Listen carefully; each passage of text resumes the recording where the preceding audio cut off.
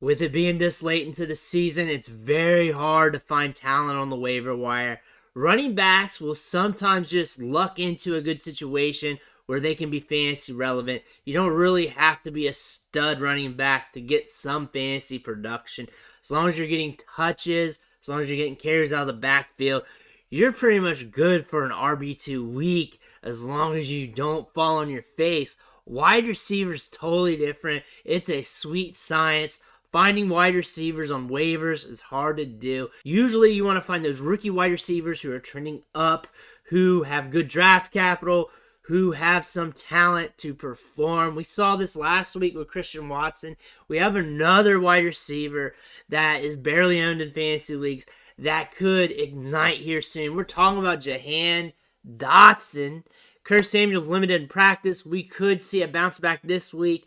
Played in 41% of the snaps last week. Don't forget about the first 4 weeks of the season where he blew up off 22 targets, catching 12 balls for 152 yards. He scored 4 touchdowns there. In 3 of those 4 games, he scored over 13 fantasy points. Not only that, he was getting targeted deep with 330 air yards. The matchup this week against Houston's very interesting because Houston's not horrible against the pass.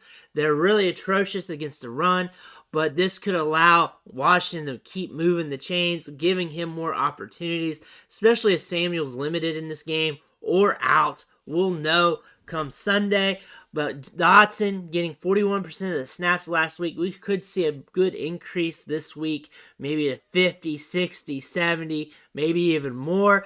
We should start seeing more targets. Remember, he was a high-end first-round pick, has some talent here. He has strong hands, 4.43 speed. He's good in the slot. He's very dependable, was productive at Penn State. Good draft capital, like we've already said. Only rostered in 31% of the leagues right now. Cheap get, and you're getting some talent here. The quarterback situation for Washington's iffy. It's always going to be iffy throughout the year here. That's not going to change. The volume of the offense isn't going to change. But Dotson does have some talent. If you're going to have a wide receiver at the end of your bench, you want a guy with high draft capital, some athleticism, and been productive in college. Dotson's going to give you that, and he has proven that he can be productive at the NFL level because he did this earlier in the season, so why can't he do it later, at least for some spurt of the season, 2-game, 3-game stretch. He's already done it for a 3-game stretch here, so why can't he do it some more? So Jahan Dotson is a great flyer for the end of your bench. You might as well pick him up, hold on to him, see if he catches fire, or if attrition hits your team, you got a wide receiver here that at least has some upside because no one's going to be doing trades here soon because the trade deadline is going to be passed in a lot of leagues. This is a player here that can get better over the course of the year at the tail end of the season. We could see him start stepping it up again this year because he's already done it in the start of the year. He's already shown what he can do.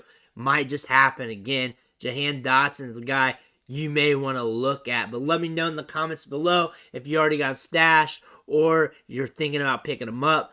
I want to hear about it. Also, hit that subscribe button on the way out. I'm here to help you with stashes, guys off the waiver wire, trades, and everything else. Post a lot of videos here.